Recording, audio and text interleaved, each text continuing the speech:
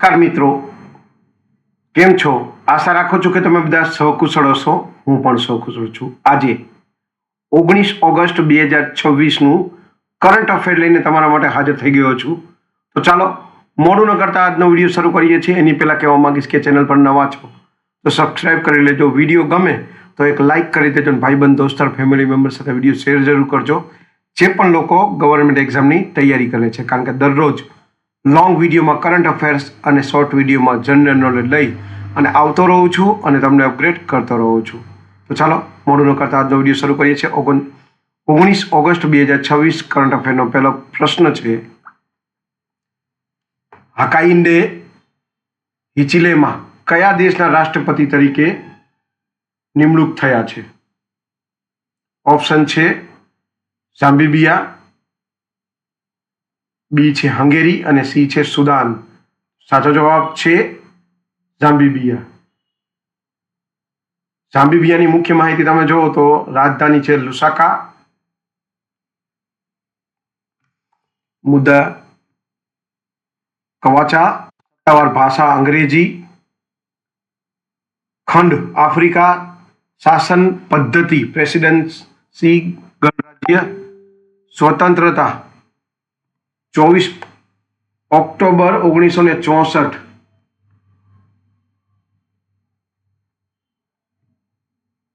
હકાઇન્ડે હિચિલેમની August 2026માં ઝામ્બિયાના રાષ્ટ્રપતિ તરીકે ફરીથી નિયુક્ત થયા.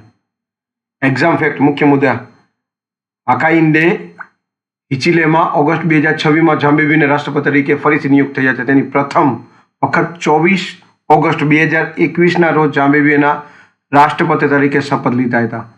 હકાઇન્ડે હિચિલેમાં યુનાઇટેડ પાર્ટી ફોર નેશનલ ડેવલપમેન્ટના નેતા છે.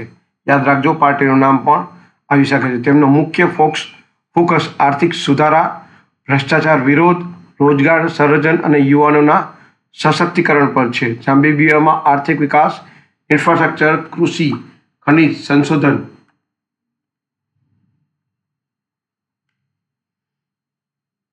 ઉપર વિશેષ ભાર મુકાયો છે. ઝામ્બિયા વિશે રાજધાની લુસાકા, રાષ્ટ્રપતિ હકાઇન્ડે હિચિલેમાં, મુદ્દા કવાચા, સત્તાવાર ભાષા અંગ્રેજી, વિસ્તાર આશરે 7,52,614 ચોરસ કિલોમીટર, વસ્તી આશરે 1.90 કરોડ 2026 મુજબ. ખંડ આફ્રિકામાં આવે છે. મુખ્ય નદીઓ ઝામ્બિયા, મુખ્ય ખનિજ તાંબુ, શિશુ, કોબેટક વંચાતું નથી એક, અને એક સોનું. સ્વતંત્ર તારીખ: ઝામ્બિયા ક્યારે સ્વતંત્ર થયું? 24 ઓક્ટોબર 1964માં.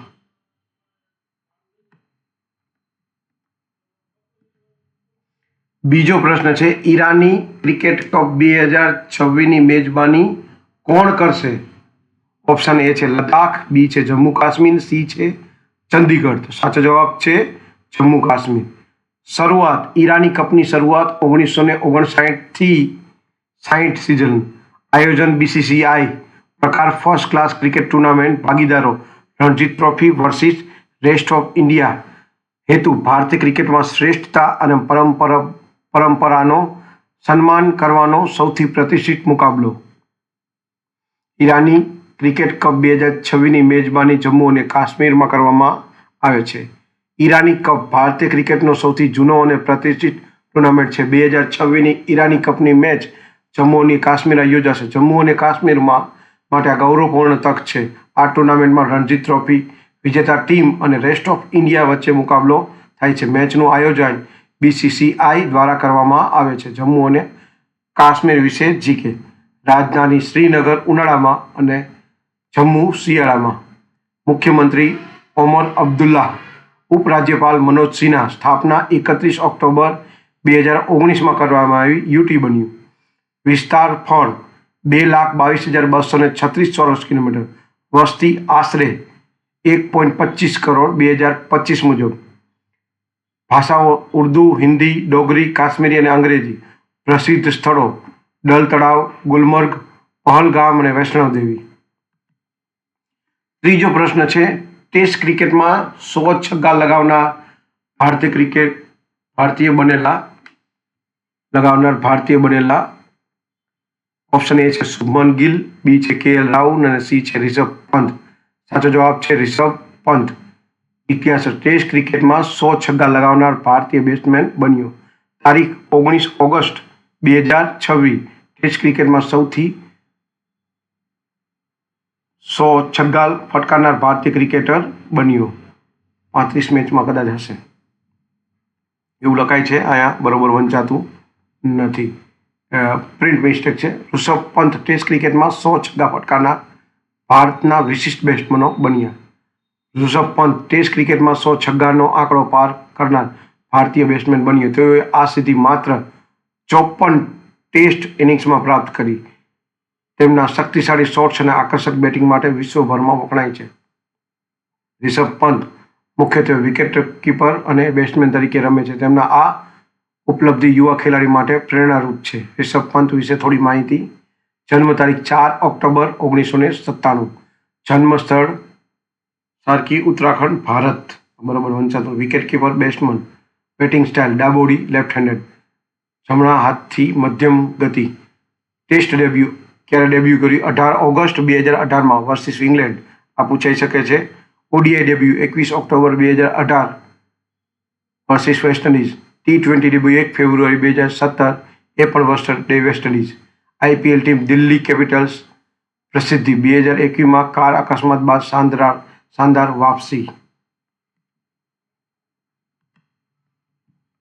ચોથો પ્રશ્ન છે દૂરદર્શનના નવા ડાયરેક્ટર જનરલ તરીકે કોને નિયુક્ત કરવામાં આવ્યા? ઓપ્શન એ છે સિના સોનેવાલ, બી છે મોનિષા ચક્રવર્તી અને સી છે શિવાની સહરાવત. સાચો જવાબ છે Sina Sonewal, director of Doordarshan. Exam fact. Sina Sonewal દૂરદર્શનના નવા ડાયરેક્ટર જનરલ તરીકે નિયુક્ત કરવામાં આવ્યા છે. તેઓ પૂર્વોત્તર ભારતીય સંબંધ ધરાવતા અનુભવી મીડિયા અને સંચાર નિષ્ણાત છે. દૂરદર્શન ભારતનું જાહેર પ્રસારણ માધ્યમ છે. દૂરદર્શનની સ્થાપના વર્ષ 1959 કરવામાં આવી હતી. સત્યમ શિવમ સુંદરમ દૂરદર્શનની પ્રેરણાદાયી ટેગલાઇન છે. દૂરદર્શન વિશે થોડુંક જનરલ નોલેજ. સ્થાપના 15 સપ્ટેમ્બર 1959. સ્થાપક ભારત સરકાર. મુખ્યાલય નવી દિલ્હી, ભારત. પ્રથમ ટેલિકાસ્ટ 15 સપ્ટેમ્બર 1959. ચેનલનું સ્વરૂપ જાહેર સેવા પ્રસારણ, પબ્લિક સર્વિસ. ભાષા હિન્દી અને 14 પ્રાદેશિક ભાષાઓમાં.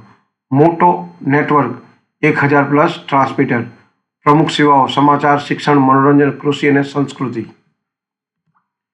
પાંચમો પ્રશ્ન છે દિલ્હી ખાદી અને ગ્રામોદ્યોગ બોર્ડના ઉપાધ્યક્ષ તરીકે કોની નિમણૂક કરવામાં આવી? વિશેષ નેગી. ઓપ્શન એ છે, બી છે ગોવિંદ મોહન અને સી છે તિલકરાજ કટારિયા. સાચો જવાબ છે તિલકરાજ કટારિયા. એક્ઝામ. દિલ્હી સરકારે તિલકરાજ કટારિયાને દિલ્હી ખાદી અને ગ્રામ ઉદ્યોગ બોર્ડના ઉપાધ્યક્ષ તરીકે નિમણૂક કરી છે. ખાદી અને ગ્રામ ઉદ્યોગ બોર્ડનો મુખ્ય હેતુ ગ્રામ્ય વિસ્તારોમાં રોજગાર સર્જન અને પરંપરાગત ઉદ્યોગોને પ્રોત્સાહન આપવાનો છે. ખાદી ભારતના સ્વદેશી આંદોલનનું પ્રતીક અને આત્મનિર્ભર ભારતનું મહત્વનું અંગ છે. બોર્ડ દ્વારા ખાદી ઉત્પાદનો, હસ્તકલા, હેન્ડલૂમ અને ગામડા આધારિત ઉદ્યોગોને સહાય આપવામાં આવે છે. દિલ્હી ખાદી અને ગ્રામ ઉદ્યોગ બોર્ડ સ્ટેટિક જીકે. સ્થાપના 15 સપ્ટેમ્બર 1959. ભારત સરકાર. કામ ક્ષેત્ર ખાદી, ગ્રામ ઉદ્યોગ, હસ્તકલા, હેન્ડલૂમ. મુખ્યાલય નવી દિલ્હી. અધ્યક્ષ તિલકરાજ કટારિયા. હેતુ ગ્રામ્ય વિસ્તારોમાં રોજગાર, સ્વરોજગાર અને પરંપરાગત ઉદ્યોગોને પ્રોત્સાહન. સંબંધિત મંત્રાલય સૂક્ષ્મ, લઘુ અને મધ્યમ ઉદ્યોગ મંત્રાલય એટલે કે MSME, ભારત સરકાર.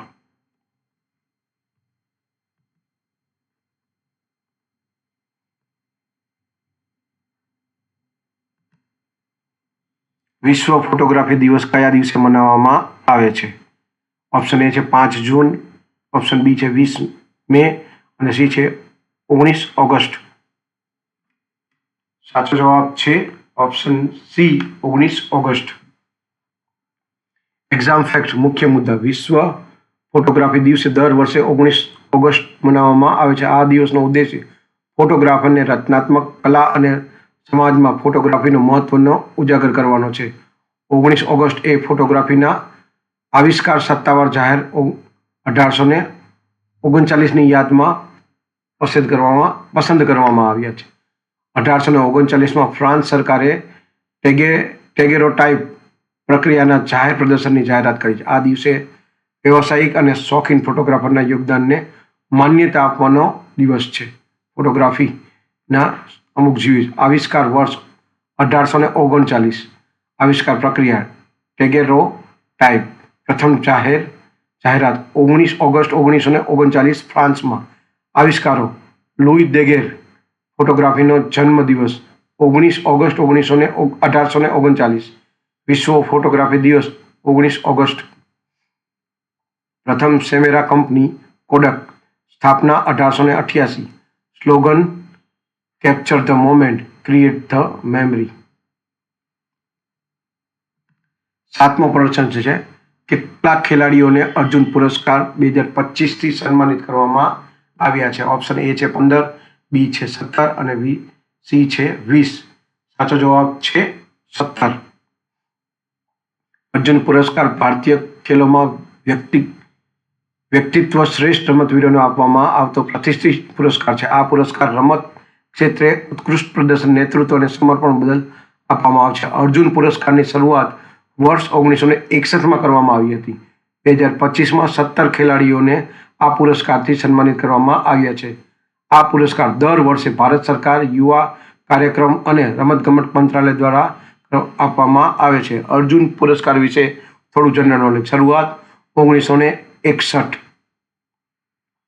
સ્થાપકો ભારત સરકાર, સંબંધિત મંત્રાલય યુવા નથી વાંચતો ને રમતગમત મંત્રાલય, યુવા કાર્યક્રમ કે એવું કંઈક લખેલું છે, સોરી માફ કરશો. પ્રથમ પુરસ્કાર મેળવનાર મિલ્ખા સિંહ 1961માં. 2025માં સન્માનિત ખેલાડીઓ 17. ઉદ્દેશ્ય ખેલ ક્ષેત્રે શ્રેષ્ઠ પ્રદર્શન માન્યતા આપવામાં આવે છે. ક્ષેત્ર રમત બધા ખેલોમાં. રોકડા પુરસ્કાર ₹15 લાખ પ્રતિમાહ. પ્રમાણપત્ર. 8મો પ્રશ્ન છે, 12મી બ્રિક્સ પર્યાવરણ બેઠકોની મેજબાની કયા દેશમાં કરવામાં આવી? ઓપ્શન એ છે સાઉદી અરબ, બી છે બ્રાઝિલ, સી છે ભારત. સાચો જવાબ છે ભારત. 12મી બ્રિક્સ પર્યાવરણ બેઠકો અંગેની વિગતવાર માહિતી જમણી બાજુ આપવામાં આવી છે. 12મી બ્રિક્સ પર્યાવરણ બેઠકો 2025માં બ્રાઝિલ દેશમાં યોજાઈ. ભારત આવે છે. બેઠકોનું આયોજન 6 થી 7 માર્ચ 2025ના રોજ રિયો જેનેરો ખાતે થયું. બેઠકની theme strand global south corporation for suitable future. Brazil 2025માં બ્રિક્સ ચેરની તરીકે કાર્યરત. બેઠકમાં પર્યાવરણ સંરક્ષણ, હવામાન, કચરા વ્યવસ્થા અને ગ્રીન અર્થતંત્ર પર ચર્ચા થઈ. બ્રિક વિશે થોડી માહિતી. પૂર્ણ સ્વરૂપ Brazil, Russia, India, China, south Africa. સ્થાપના વર્ષ 2009 બ્રિક અને 2011થી બ્રિક્સ. સભ્ય દેશો બ્રાઝિલ, રશિયા, ભારત, ચીન, South Africa, Saudi Arab, UAE, Egypt, Iran, Ethiopia. 2024થી વિસ્તૃત. મુખ્યાલય કોઈ સ્થાયી મુખ્યાલય નથી. ચેરરી 2025માં બ્રાઝિલ. ઉદ્દેશ્ય આર્થિક સહકાર, વૈશ્વિક શાંતિ, સ્થાયી વિકાસ, હવામાન કાર્ય અને દક્ષિણ સહકારને મજબૂત બનાવવા. 9મો પ્રશ્ન છે, જ્ઞાનેશ કુમાર કયા રાજ્યમાં ઇલેક્ટ્રોલ લિટરસી ક્લબ 2.0નું લોન્ચ કર્યું? ઓપ્શન એ છે નવી દિલ્હી, બી છે બિહાર અને સી છે પશ્ચિમ બંગાળ. સાચો જવાબ છે option B Bihar. Gyanesh Kumar electoral literacy club 2.0ને લોન્ચ કર્યું. મુખ્ય માહિતી. ભારતીય મુખ્ય ચૂંટણી commissioner Gyanesh Kumar electoral literacy club 2.0 launch કર્યું. શું છે આ કાર્યક્રમ? મતદારો, ખાસ કરીને યુવા વર્ગમાં ચૂંટણી જાગૃતિ અને લોકશાહી મૂલ્યોને પ્રોત્સાહન આપવા માટે શરૂ કરવામાં આવ્યું. હેતુ માહિતગાર મતદારો બનાવવા અને મતદાનમાં સક્રિય ભાગીદારી વધારવી. ELC 2.0 વર્ષમાં શાળાઓ, કોલેજો અને સમુદાય સુવિધા, વ્યાપક પહોંચ, ડિજિટલ લર્નિંગ મોડ્યુલ અને ઇનોવેટિવ પ્રવૃત્તિનો સમાવેશ થાય છે. ભારતીય સ્ટેટિક રાજધાની નવી દિલ્હી. રાષ્ટ્રપતિ દ્રૌપદી મુર્મુને પ્રધાનમંત્રી નરેન્દ્ર મોદી, રાજ્ય વ્યવસ્થા, સંસદીય લોકતંત્ર, લોકસભા બેઠક 543, રાજ્યસભા બેઠક 245, ચૂંટણી આયોગની સ્થાપના 25 જાન્યુઆરી 1950 કર્યો. મોટની ચૂંટણી કમિશનર જ્ઞાનેશ કુમાર નિયુક્ત ફેબ્રુઆરી 2025. 10મો અને છેલ્લો પ્રશ્ન છે, ભારતની પ્રથમ net zero greenfield smart city કયા રાજ્યમાં વિકસિત કરવામાં આવી રહી છે? ઓપ્શન એ છે મધ્યપ્રદેશ, બી છે કર્ણાટક, સી છે તેલંગાણા. સાચો જવાબ છે તેલંગાણા, સી ઓપ્શન. ભારતમાં વાયુ ફેરફાર અને કાર્બન ઉત્સર્જન ઘટાડવાના ધ્યેય સાથે પ્રથમ net zero greenfield smart city વિકસિત કરવામાં આવી રહી છે. આ શહેર સંપૂર્ણપણે નવી જમીન ઉપર વિકસિત કરવામાં આવી રહ્યો છે. નેટ ઝીરો એટલે કે જેટલું કાર્બન ઉત્પન્ન થશે એટલું જ કાર્બન શોષણ વડે સંતુલિત કરવામાં આવશે. આ શહેરમાં 100% renewable energy, green building, smart infrastructure અને મોબિલિટી પર ખાસ ભાર રહેશે. ઉદ્દેશ્ય ટકાઉ વિકાસ, ઉર્જા કાર્યક્ષમતા, પ્રદૂષણ ઘટાડો અને ભાવિ પેઢીઓ માટે સ્વસ્થ પર્યાવરણ. તેલંગાણાની સ્થાપના વર્ષ 2 જૂન 2014. રાજધાની હૈદરાબાદ. મુખ્યમંત્રી રેવાનાથ રેડ્ડી. રાજ્યપાલ જયશંકર. વિધાનસભા 119 બેઠકો. અધિકૃત ભાષાઓ તેલુગુ ને ઉર્દુ. અધિકૃત લિપિ તેલુગુ લિપિ અને ઉર્દુ. વર્તમાન મુદ્રા ભારતીય રૂપિયા મુદ્રા. ક્ષેત્રફળ અંદાજે 1,12,077 ચોરસ કિલોમીટર. સ્થાન દક્ષિણ ભારત. જો આવી ઇમેજ અને આવી માહિતી તમને ગમતી હોય તો કોમેન્ટ સેક્શનમાં યસ લખજો, ન ગમતી હોય તો ન પણ લખજો. તમારો અભિપ્રાય જરૂરથી આપજો. વિડીયો ગમ્યો હોય તો વિડીયોને એક લાઇક કરી દેજો. ચેનલ પર નવા છો તો સબસ્ક્રાઇબ કરીને રાખજો, કારણ કે દરરોજ લોંગ વિડીયોમાં કરંટ અફેર્સ અને શોર્ટ વિડીયોમાં જનરલ નોલેજ લઈ અને આવતો રહું છું અને તમને અપડેટ કરતો રહું છું. તો આજ માટે આટલું જ. જય હિન્દ, વંદે માતરમ.